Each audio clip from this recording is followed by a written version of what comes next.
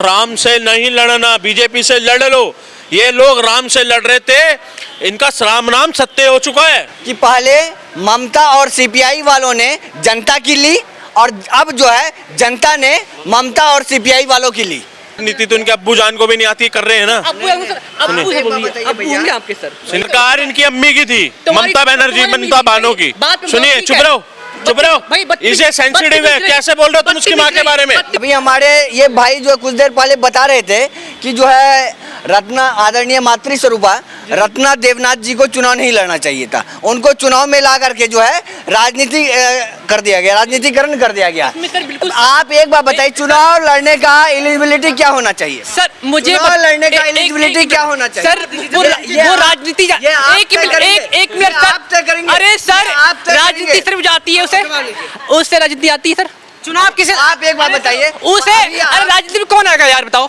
जिससे राजनीति आती होगी, जिसका परिवार राजनीति से होगा, जिसे इंटरेस्ट होगा, जिसे अरे यार बदतमीज कहाँ से आ गए तुम?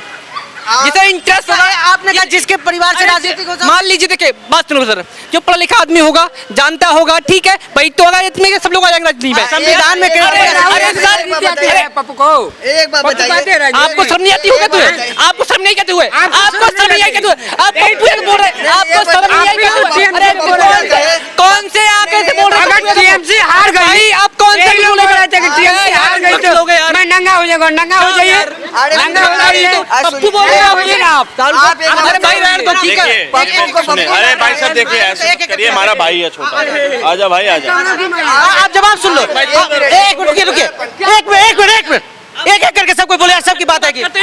आप फैक्ट बात कब करोगे भाई? फैक्ट बात करो ना, एक करके जो बोलेगा उसकी बात रखी जाएगी। आपने बात रखी, अब इनको रखने दीजिए, फिर आप जवाब दीजिएगा। देखिए मेरा कहने का मतलब ये है सर, राजनीति में उसे आना चाहिए जो नॉलेज हो राजनीति की, ठीक है, जैसे इंटरेस्ट हो, ना कि जबरदस्ती राजनीति में लाया जाए। क्राइटेरिया क्या है कि आप जिसको समझेंगे नॉलेज, कोई एलिजिबिलिटी टेस्ट है? देखिए सर, वो लड़की जो मतलब क्या नाम है, वो कत्ल हुआ है, जो रेप हुआ है, वो गंभीर मामला है सर, उसको न्याय मिलना चाहिए था।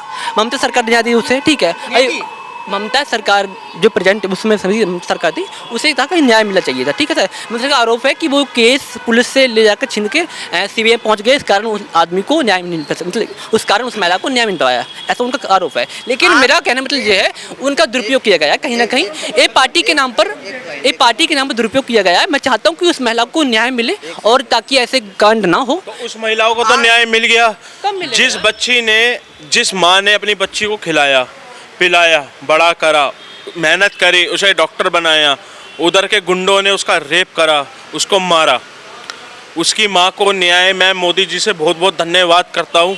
ये देखो, ये सेंसिटिव है, इसमें मैं ना इसकी खिल्ली उड़ाऊंगा ना मैं कुछ करूँगा। उनको राजनीति आती नहीं है, उनको सुनिए, राजनीति तो इनके अब्बू जान को भी नहीं आती, कर रहे हैं ना। सुनिए, राजनीति तो इनके अब्बू जान को नहीं आती, फिर भी ये राजनीति पे बच्चे उतरे ना। देखिए मैं उस भाजपा को धन्यवाद करता हूँ, जिस भाजपा ने आज उस माँ को इंसाफ मिला है। वो माँ आज चुन चुन के, जो उसकी बेटी के अपराधी थे, चुन चुन के उसकी माँ उन्हें मारेंगी। हमारे दिल को भी ठंडक मिलेगी भाई। उस माँ के दिल से पूछिए एक बार, इन दल्लों की बातों पे आओगे, राजनीति करेंगे, दल्ले होगो तुम, कब मिलेगा? सुनो, कब मिलेगा? मोदी जी न्याय देंगे, अरे उनकी सरकार न्याय देना चाहिए था, दिया उनने नहीं दिया ना, अब इसको दुरुपयोग कर रहे हैं। सरकार इनकी अम्मी की थी, ममता बनर्जी, ममता बानो की। सुनिए, चुप रहो, चुप रहो। इसे सेंसिटिव है, कैसे बोल रहे हो तुम उसकी माँ के बारे में? नहीं, ठीक है, सुनिए, इनकी अम्मी जान की सरकार थी ममता बानो की, ठीक है, क्योंकि ये तरीका उसका कर रहे हैं। मैं उस माँ को बहुत बहुत धन्यवाद देता हूँ और उस माँ को बोलता हूँ कि भैया ऐसे दरिंदों को चुन चुन के मारो, ऐसे दरिंदों को, उसकी बेटी के अपराधों को चुन चुन के मारो, क्योंकि ये क्या है, आप इनसे बाइट ले रहे हो। देखो भैया, मैं इसकी खिल्ली विल्ली उड़ाने नहीं आया, मैं उस माँ की दर्द समझने चाह रहा हूँ भाई। उस माँ का दर्द हम लोग नहीं समझ पाएंगे। राजनीति नहीं आती थी बीजेपी पॉइंट बनाने के लिए, तो इसके बाप को कौन सी राजनीति आती है? तब भी तो ये पैदा हो गया इधर आके। ममता बनर्जी, देखिए सर, पर्सनल नहीं, ठीक है, पर्सनल बोलो, सुनिए। बाप होगा तुम्हारा वो, फालतू सुनिए। बोलो, ठीक है, फालतू सुनिए। मत बोलो, वरना सुनिए। फिर तगड़ा है। फालतू मत बोलो, फालतू भाई सर, फालतू नहीं बोले, ठीक है। पर्सनल नहीं हो, ये होगा पॉइंट से पॉइंट बात करिए सर, तमीज से बात करो, पर्सनल नहीं हो रहा हूँ। बोल दिया, बोल दिया। देखिए, उस माँ के दिल से पूछिए जिनकी ये तरफदारी ममता बानो की कर रहे हैं। एक बार उस माँ के दिल से पूछिए जो पीछे बाबूजी बोल रहे हैं। एक बार भगवान करे इनके घर में हो तब पता चलेगा। सहूलियत आप अपने घर में रखो। एक बात बताइए, सहूलियत कर करके 15 साल में, सहूलियत कर करके 15 साल में वहाँ पे जय श्री राम नहीं बोला जाता था। अब तुम मादर रहे हो, फिर क्या? आप क्यों गाली दे रहे? आप क्यों गाली दे रहे? ये बोला है तो अभी बोला है। आप भी तो गाली दे के बात कर रहे हैं, चाचा। आप एक बात बताइए, ममता बनर्जी को कौन बचपन से राजनीति आता था? राजनीति किसी को नहीं आता ना। भैया आप बताइए कि आपको पत्रकारिता बचपन से आता था? नहीं, किसी कोई भी बचपन से सीख के कुछ नहीं आता है, इसी धरती पे सीखता है। उसके अंदर भावना होना चाहिए। अगर उसके अंदर में आंतरिक भावना है कि वो समाज के लिए कुछ कर सकती है, समाज के माताओं के लिए कुछ कर सकती है, समाज के बहनों के लिए, भाइयों के लिए कुछ कर सकती है, तो वो कर सकती है। वो तो कह रहे जो नेता है उसी के घर से नेता होना चाहिए। देखिए, अब उनकी मानसिकता ही ऐसी बन गई है कि जो है नेता के घर में जो जिसका जन्म हुआ है वही नेता बनेगा। आप नेता था? आप एक मिनट मोदी जी के घर में कौन सा नेता था? नहीं, आप एक मिनट भैया, एक मिनट, मैं आपसे माफी चाहूंगा। मोदी जी के घर में कौन सा नेता था? योगी जी के घर में कौन सा नेता था? अमित शाह जी के घर में कौन सा नेता था? जयशंकर के घर में कौन सा नेता था? किसके घर में भाजपा के बड़े बड़े नेताओं के, तो 2014 से पहले जो 2004 से पहले जो जुड़े हुए हैं, उनके घर में कौन सा नेता था?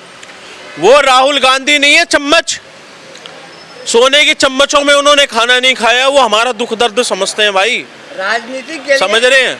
वो हमारा दुख दर्द समझ रहे हैं, तभी हमें सहूलियतें मिली हुई है। पूरी दुनिया लड़ रही है, पूरी दुनिया लड़ रही है। ऑस्ट्रेलिया के अंदर $1.5 से $5.5 का पेट्रोल हो चुका है। आज इधर 94 रुपये 56 पैसे ले रहे हो, तो ले ही रहे हो। दुनिया, मैं कह रहा हूँ, माँ बहने कर आए, हमें दुनिया से मतलब नहीं। यही पाकिस्तान था पहले, हमारा मुकाबला किससे हुआ करता था? पाकिस्तान से। अब उसकी औकात क्या है? देखिए, ये मानसिकता की बात सोचिए। ये आपकी जनता को, हमारे भाई बहनों को, हमारे को बहुत समझनी चाहिए। ये मानसिकता जिससे हमारा पहले पाकिस्तान से हमारा रिएक्शन हुआ करता था, हमें साथ जोड़ा करा करता था। आज वही ट्रंप कह रहा है कि अरे सीज फायर मोदी जी ने नहीं कराया। आज मोदी जी वही बांग्लादेश के, जो ये बांग्लादेश में हिंदुओं को मार रहे थे, वही बांग्लादेश, वही पाकिस्तान के, जब इजराइल और उसका यूक्रेन का युद्ध हो रहा था, रशिया यूक्रेन का युद्ध हो रहा था, तो भारत के झंडे ले लेके पाकिस्तान, बांग्लादेश, म्यांमार किसने बचाया? हमारे भारत के तिरंगे ने। क्यों बचाया? क्योंकि हमारा प्रधानमंत्री इतना ताकतवर कर चुका है, हमारे देश को किसी की औकात नहीं है कोई हमारे पे उंगली कर लेकिन दे। वो तो ये भी आरोप लगा रहे कि अगर कोलकाता पुलिस के पास केस होता तो शायद कोलकाता रेप विक्टिम को न्याय मिल जाता। सीबीआई में केस दिया गया उनको बचाने के लिए। देखिए, ममता बनर्जी और ममता बानो, ये आप जो केस की बात कर रहे हो, जो केस चला रहे हो, इससे कोई फायदा नहीं है। उसको न्याय नहीं मिलना था भाई। आप कह रहे हो सीबीआई, ठीक है, एक बात बताओ, उसकी वो 6 महीने तक उसको यही लपाटते रह गए। उसकी माँ को किसने करा? सुनिए, जिसने रेप करा था, आप जनता आपकी सुन रही है, जिसने रेप करा था और जो उन रेपिस्टों को बचा रही थी, उसको ममता बनर्जी ने टिकट दी थी। आप पहले इस पे तो एक बार गौर करो। ये मत देखो उसकी माँ को भाजपा ने टिकट दी है। ममता बानो ने किसको टिकट दी थी? जो उन अपराधियों को बचा रही थी। तो भाई आप कैसी राजनीति खेल रहे हो? किसी की बच्ची जा रही है और तुम राजनीति खेल रही हो। उस माँ की बद्दुआएं ममता बनर्जी को खा गई, और आज ममता बनर्जी क्या कह रही है? मैं इस्तीफा नहीं दूंगी। ममता बनर्जी इस्तीफा इसलिए नहीं देंगी क्योंकि ममता बनर्जी का होना है आज रात को, कल सुबह ही इस्तीफा देंगी। भाई साहब, महिला थोड़ा गरिमा के साथ, गरिमा छोड़ के चली गई, इस भाई को भी, मुझ भाई को भी। अब गरिमा वाला खेल नहीं है, अब गरिमा वाला खेल चला जा चुका है। गरिमा उधर का थी जहाँ से बांग्लादेशी आ रहे थे। वीडियो देखी ना आपने? जहाँ से बांग्लादेशी आ रहे थे, उसी बांग्लादेश में हमारे हिंदुओं को जलाया जा रहा है, और वही बांग्लादेशी इधर हम हराम का खिला रहे हैं। कैसी बातें कर रहे हो दोस्त? किसी का दुख दर्द समझो, किसी को समझो, तभी आपको कुछ ना कुछ मिलेगा। वरना राम से नहीं लड़ना, बीजेपी से लड़ लो। ये लोग राम से लड़ रहे थे, इनका राम नाम सत्य हो चुका है, और आप बात कर रहे हो लड़ने की। आप लोग समझदार हो, देश की जनता चारा नहीं खा रही, देश की जनता खाना खा रही है। तो इसलिए आप देश की जनता चतुराई से चलती है, चूतियों से नहीं। बाकी आप लोग समझदार हो भाई, भाई का बोलो। ममता बनर्जी जो है अभी आप देखिए कि जो है अभी संदेशखाली में जो घटना हुई, संदेशखाली में हमारी बहनों के साथ में हुई घटना, और भी बंगाल में पिछले 15 साल से, उससे पहले सीपीआई द्वारा जो घटना हुई, ये सब जो है कहने का तात्पर्य ये है कि पहले ममता और सीपीआई वालों ने जनता की ली और अब जो है जनता ने ममता और सीपीआई वालों की ली। तो कुल मिला के बात ये है, पहले उन लोगों ने ली, अब जनता ने ले ली। तो बात ये है कि मैं यही पूछना चाहता हूँ, आज जो लोग इनके दर्द पे जो आंसू बहा रहे हैं ममता दीदी के बारे में, क्योंकि वो हम तो कह रहे गलत तरीका से हरा दिया इसलिए इस्तीफा ही नहीं देंगी। गलत तरीका से हरा दिया गया। एक बात बताइए, आप बताइए कि जो जब आप केरल में जीतते हैं, जब केरल में कम्युनिस्ट पार्टी जीतती है तो वहाँ गलत तरीके से नहीं जीतती है। वहाँ पे जो है केरल में कैसे जीत गई? केरल में तो भाजपा हार गई, लेकिन जो है जहाँ आप जीत गए तो वहाँ पे जीत गए, और जब हार गए तो मतलब गलत तरीके से ईवीएम ऐप हो गया। जी जी जी, देखो तमिलनाडु में भी चुनाव हुए, वहाँ तो भाजपा नहीं जीती, और केरल में भी चुनाव हुए, वहाँ तो भाजपा नहीं जीती। अगर 3 राज्य में सरकार बनती है तो बीजेपी मतलब बेईमानी करती है या मतलब हैंग हो जाती है, तो ये तो गलत है ना। और रही बात, ममता को कुर्सी से बहुत प्यार है, जैसे केजरीवाल का था। इस्तीफा ही नहीं दूंगी। देना पड़ेगा भाई, जनता ने वोट दिया है कि कोई आपके उन्होंने नहीं क्या मतलब, तो भाई ये तो आपको देना पड़ेगा। केजरीवाल भी जेल में बैठे वो चला रहे थे ना अपनी, तो क्या हुआ उनका सर? अब उनको ये डर है कि लगता है कि